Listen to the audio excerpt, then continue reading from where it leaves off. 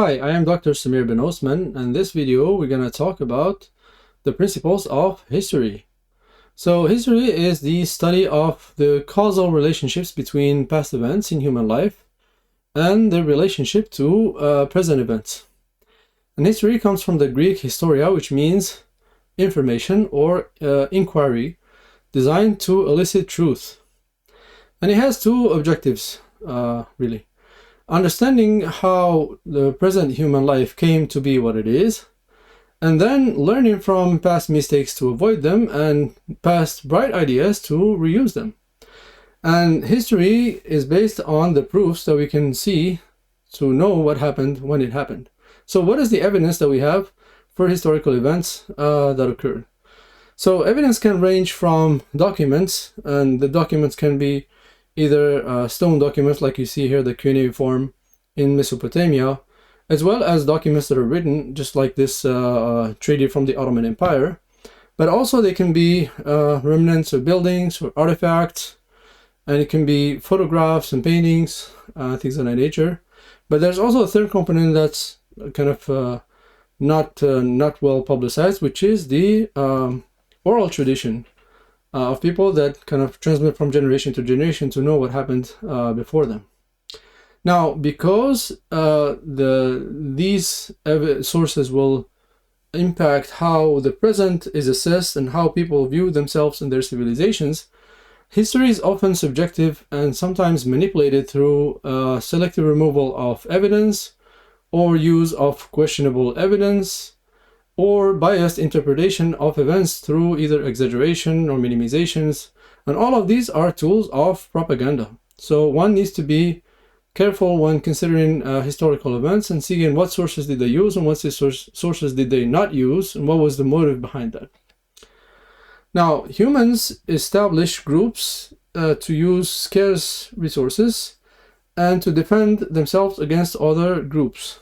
So the propensity and the duration of the establishment of a human group is dictated by the environment, number one, and by the group's ability to exploit that environment, and then by the ability to work as a group. So let's take each one separately. So the environment either enables or inhibits the propensity of humans to establish and grow their presence in a geographic area. And these enablers and inhibitors can change over time, by the way. So as examples of enablers, we have, a temperate climate, abundant fresh water, arable land, availability of raw materials, etc. And then on the opposite side, we have inhibitors such as, frequency of natural disasters, inclement weather, scarcity of food, of raw materials, epidemic, etc. So all of these will impact the ability of a group to prosper in an area or not. The second thing is the ability to leverage those elements of the environment by developing techniques or technology to use otherwise hard to use environmental enablers, and to protect against the inhibitors. Then the third pillar is the ability to work as a group, which is mainly driven by the belief of the group in a common ideology or a common ideal, and the progressive accumulation of culture that the group identifies with over time. The common ideology can be either voluntarily adopted by the people in the group, or it can be imposed by force by the group, either by the leader of that group or by other human groups. As the group grows, its ability to tame the environment grows, and so does its power. And so, inevitably, they will get adjacent to other groups, and so they can interact with them in two ways, and sometimes often simultaneously. So they can collaborate with them, whereby the two groups have complementary products and techniques, and therefore, the group will trade goods or technologies that are scarce in their counterparts, and they will both kind of benefit from the exchange. They can also compete when they have similar resources and abilities, and the competition and the collaboration can go well if people are basically have mutual respect and understanding for each other. However, it it can oftentimes go into one of the parties trying to take advantage of the other parties, and then the other party is trying to resist, to the point where this can become a war. And war basically is a failure of competition and collaboration. And some politicians define it as the pursuit of policy by other means. And so wars only start and continue as long as two conditions are met. So the two parties, they must have the ability to use force, to use the weapons, to use, you know, the tools of war, and they must have the intent to use it, based on their belief that they'll probably win. If one of these conditions stops being met, i.e. if they no longer have the ability to wage war, or if they no longer have the intention to continue it because they don't think that they're going to win, so the war is going to immediately stop, and then they're going to move into negotiating to see how they can resolve their conflict, and those negotiations will always favor the most powerful group that were about to win or were winning. And so, as the balance of power changes, these terms will, in time, inevitably be challenged by the other group. And the other group may have growing power now, so they will, you know, see those negotiations as being unfair and trying to kind of restore the balance as they view it. Now, wars take a significant toll on human lives and resources. So leaders justify them to their respective groups by the idea that they need to protect their resources, or the idea that they need to protect their ideology, which of course they will have to show that it's superior to the ideology of the other group. And in order to do that, leaders, especially of the powerful groups, they tend to resort to what is called propaganda to show that their group is either superior to the other one, or to show that the other group is inferior to them in many ways, or to show both. Now, as we know, there's no human group that rules forever, since the environments change, or there are technologies that kind of change the game, or ideologies, new ideologies come and go. And so these three elements can also have a significant impact on the flow of history and have turning points. And so significant events that happen in the three categories cause major events in human history. And these changes can take anywhere from centuries to just years to materialize. And let's walk through some examples from each. So let's start with the environmental changes. So first, let's talk about the end of the last ice age, which happened about 20,000 years ago and caused wet conditions in Mesopotamia, which is current Syria and Iraq and Jordan and Palestine. And it caused also the formation of freshwater lakes in the northern hemisphere, which favored human migration to those places and the expansions into these regions. Now, let's talk about another environmental change. So the first bubonic plague, which happened at about 540, and then it lasted for actually 2 centuries, and it's due to a bacteria called Yersinia pestis that lives in rodents, but it doesn't harm them. They're basically, you know, vectors of the bacteria, and those rodents have been with the bacteria for a long time, and they lived with people for a long time. However, the population of the rodents increased in numbers significantly because of a severe drought that happened in Egypt, and that ended up killing the crops and the predators of the rodents that were living, you know, hiding in those crops. And so the rodents multiplied a lot, and so then they went into the boats and then carried the bacteria with them from Egypt all over the East Roman Empire, which is called the Byzantine Empire. And so that caused the disease to spread, the plague to spread across the empire, and it caused 25 million deaths during the first wave, and then 50 million deaths across the 2 centuries that followed. And so it ended up depleting the empire's workforce and resources, and eventually led to its decline.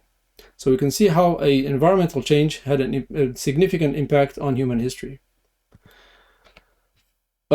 Central American drought is another example that occurred between 800 and 1000 and also lasted 200 years, whereby rainfall dropped by as low as 70%, as much as 70%, which obviously severely impacted the Maya civilization, and along with other conflicts, ended up leading to its decline. Let's take a last example of environmental changes, and then we can move to technology. So the last example I'm going to talk about is the Russian famine, which is called in Russian history the Time of Troubles, which occurred in the 17th centuries, like 1601, whereby a large volcano in Peru erupted, and it's called Huayna-Putina, and you can see the image of the volcano here. So that volcano erupted in 1601, huge eruption, injected a significant amount of ash in the stratosphere, and so basically surrounded the entire Earth and blocked sunlight for a long time, which led to severe crop shortages because the crops couldn't use light, so they died. And so it caused famine in many places, but especially in Russia, where it killed a third of its population. And then that led to the invasion of Russia by the Polish-Lithuanian coalition. And then that led to the rise of the Romanov dynasty, which ruled Russia all the way until the Bolshevik Revolution in 1917. So you can see again how environmental changes can be turning points in history. So let's talk now about technological points of significant points of history. So first is the learning the process of foundry and smelting. So smelting is the process of the extraction of a metal from its ore using intense heat, which was discovered in Mesopotamia. So again, current Syria, Iraq, Jordan, and Palestine. And it allowed people to transition from the Stone Age to the Bronze Age and then subsequently to the Iron Age, and thereby enabled them to produce very, very durable tools of any shape that they need, and so gave them the tools to build major civilizations. Now, continuing on the kind of the metal theme, another technological change was the discovery of the production of steel. Now, steel was known for quite some time. As you can see here, there is a Arabian sword made with steel, and steel is basically an iron with a little bit of carbon that makes it much stronger. And this steel for this sword is actually produced during the technique called Damascus steel, as pertains to the name of the city where it was discovered, which is Damascus, which is now in current Syria. And the technique is basically by heating the iron and then folding it and then ironing it and then heating it again and folding it again, like doing many folds. And you can see like the lines, the squiggly lines of carbon, they make the steel a lot stronger. But that was not what was the changing point in history. The changing point in history was when a guy by the name of Henry Bessemer in England discovered an economical way to produce steel at scale through smelting, and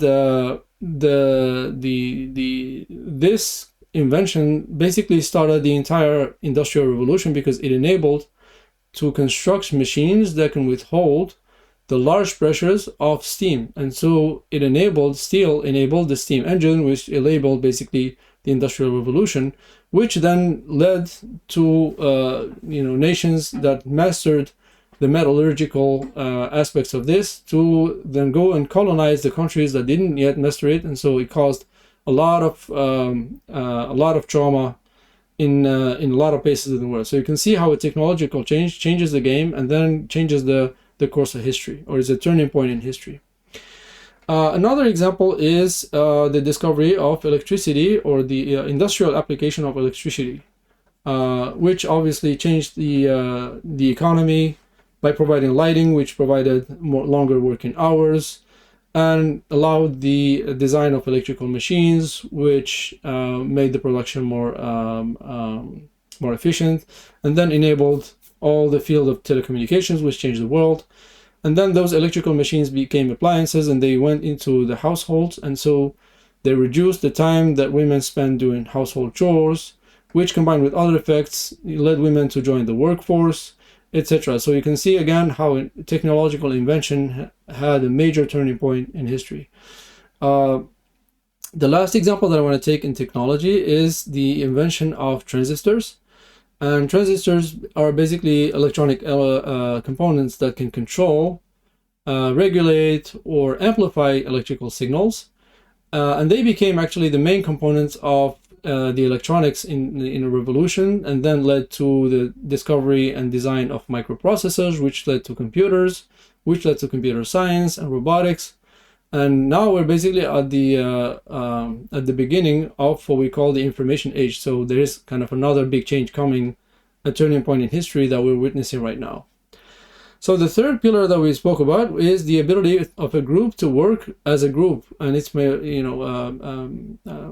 heavily influenced by its ideology. So how did ideologies manifest in human history? So first, religions, which shaped how human groups worship God or gods, indirectly through priests, like Catholicism or Hinduism or animic religions, or directly without priests, without intermediaries, like Islam or Protestantism, and then dictated social and political dynamics that are very different in very different parts of the world.